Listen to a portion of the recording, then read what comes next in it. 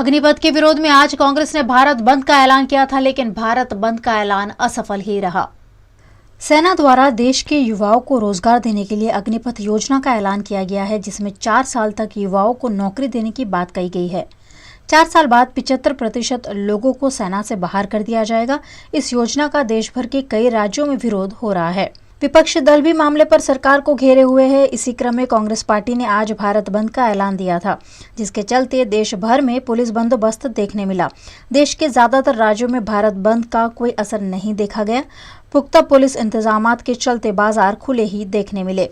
इसी बीच वायुसेना के बाद आर्मी ने भी अग्निपथ स्कीम के तहत भर्ती के लिए सोमवार को नोटिफिकेशन जारी कर दिया है। अग्निवीरों की भर्ती के लिए 1 जुलाई से रजिस्ट्रेशन शुरू हो जाएगा।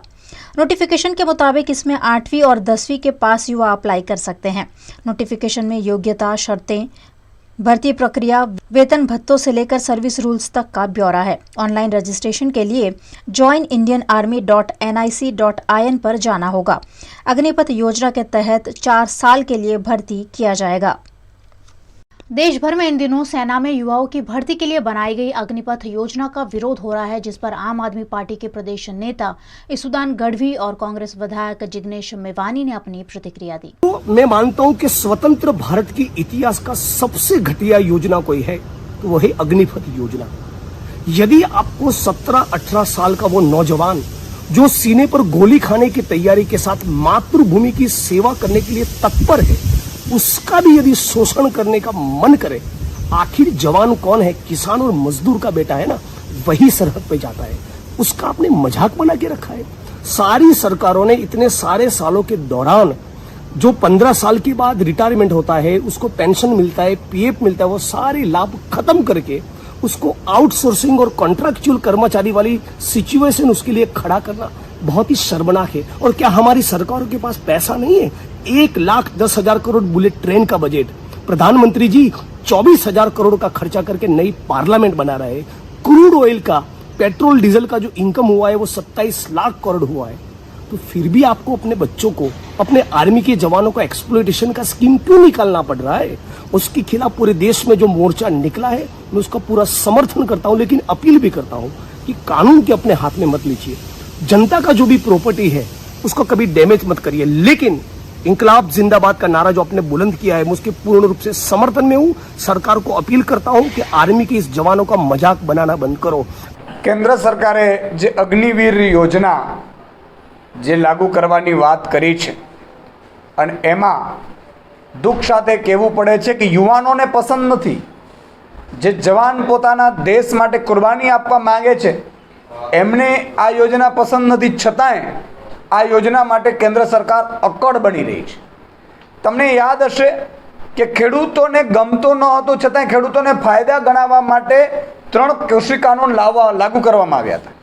अने केंद्र सरकार एटली अकड़ रही कृषि कानूनमां के 1.25 वर्ष सुधी खेडूतोए आंदोलन कर्युं અને 700 ખેડૂતોએ જીવ ગુમાવ્યો। ત્યારે ભાજપને એવું લાગ્યું કે હવે અમારે પાછા ખેંચવા પડશે, પછી પાછા ખેંચ્યા। એ 700 જે ખેડૂતોએ જીવ ગુમાવ્યો એનો જવાબદાર કોણ હજી સુધી નક્કી નથી થયું। એના પરિવારને કોણ નભાવશે, એના પરિવારને કોણ વળતર આપશે, કોઈ જ નક્કી નથી।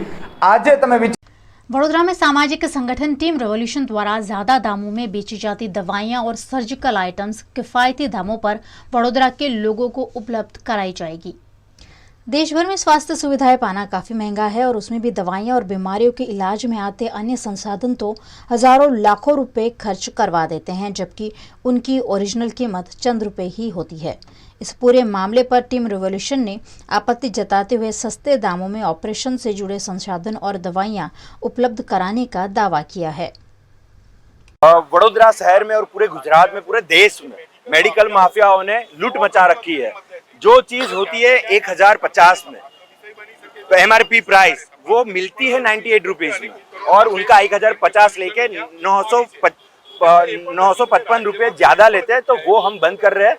और इसके अलावा हम लोग गरीब वर्ग, हम लोग गरीब और मध्यम क्लास के जो लोग हैं उनके लिए ये फ्री में देंगे। साथ में जो अमीर वर्ग है और मिडिल क्लास लोग हैं जी वो बाहर से लेते हैं सामान, उनको हम राहत दर में ये सारी चीज देंगे। और आज से जो मेडिकल माफिया जो लूट मचा रखी थी, वो वडोदरा शहर में हम बंद करेंगे। ये सारी चीज वहां पे इस्तेमाल होती है ऑपरेशन में, तो ये देखने को भी नहीं मिलती। ऑपरेशन लेटर के बिना वो लोग देते नहीं, तो हम ये चीज लारी पे लेके निकले, यानी ये चीज एकदम सस्ती है और वो सस्ती चीज ब्रांडेड कंपनी की वही चीज हम वो लेके आ रहे। आने वाले समय में हम एंटीबायोटिक और वो इंजेक्शन और बाकी सब दवा है वो भी हम फ्री में देंगे। कुछ देर की बात है, अभी तक हमने सिर्फ 2 एजेंसी का कांटेक्ट किया, मुंबई में अब कांटेक्ट करेंगे, दिल्ली में कांटेक्ट करेंगे, लोगों को ये सारी चीज मुफ्त में मिले, वही हमारा एक मकसद रहेगा। गुजरात के वडोदरा में एक पिता तब हैरत में पड़ गए जब बेटे का अंतिम संस्कार कर लौटने के बाद बेटा खुद ही घर आ गया।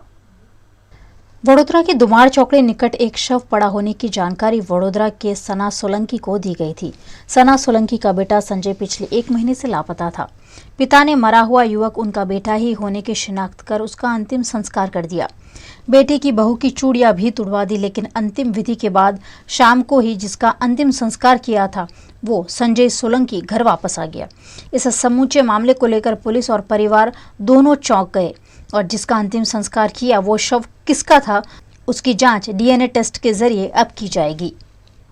दुमाड़ सीटीसी ट्रांसपोर्ट में हाँ त्याथी मैंने छोकरो एक बोलावा आव्यो कि अपना संजय जेवू फेस लागे से तो जरा जोई लो आईने काका तो हूँ जोवा आव्यो એટલે મને બી એવું લાગ્યું કે મારો જ છોકરો છે। એકચ્યુઅલી મેં યકીન કરી લીધું કે મારો જ છોકરો છે, એટલે મેં સાહેબોને કહી દીધું કે હા મારો જ દીકરો છે।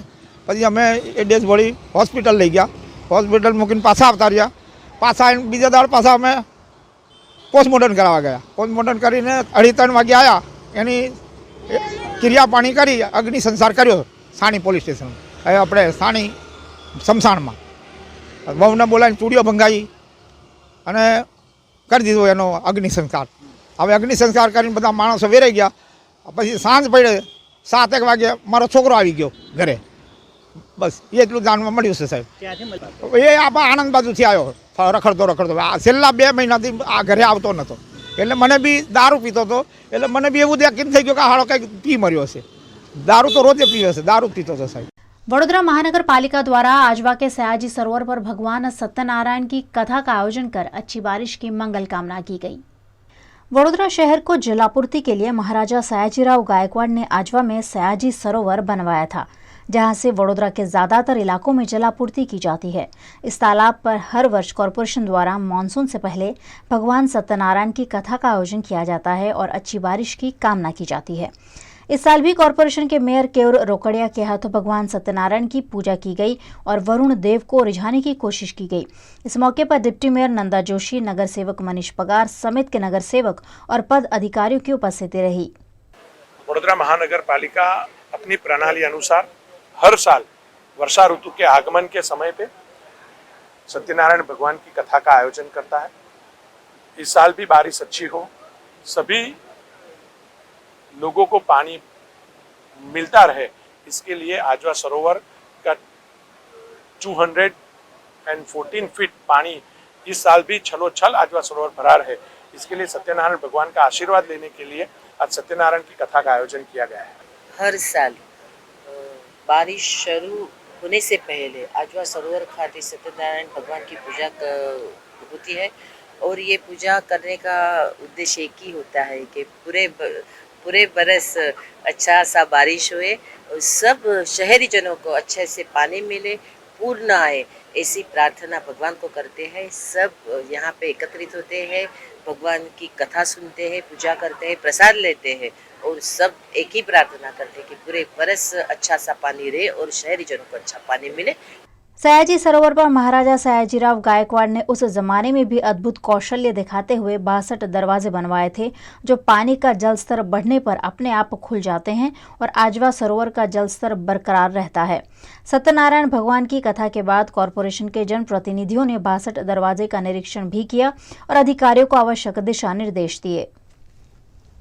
सर सयाजीराव गायकवाड़ ने वडोदरा शहर को पानी देने के लिए आजवा सरोवर का निर्माण किया और इसके जो 62 डोर्स हैं उनको बंद या ऑटोमेटिक खोलने का काम भी आज से 100 साल पहले एम विश्वेश्वराय जी, जिनके नाम पे आज हम इंजीनियर्स डे सेलिब्रेट करते हैं, उन्होंने इसकी डिज़ाइन की थी कि जैसे 214 फीट का लेवल हो जाता है, ये डोर्स दरवाजे अपने आप खुल जाते हैं और पानी अपने आप निकलने लगता है। ये डिजाइन का अद्भुत नमूना, ये 62 दरवाजा जो वडोदरा शहर की शान है। हर एक नागरिक को अपनी जिंदगी में एक बार इस 62 डोर्स आजवा सरोवर के उसकी मुलाकात लेनी चाहिए, उसको समझने का प्रयत्न करना चाहिए।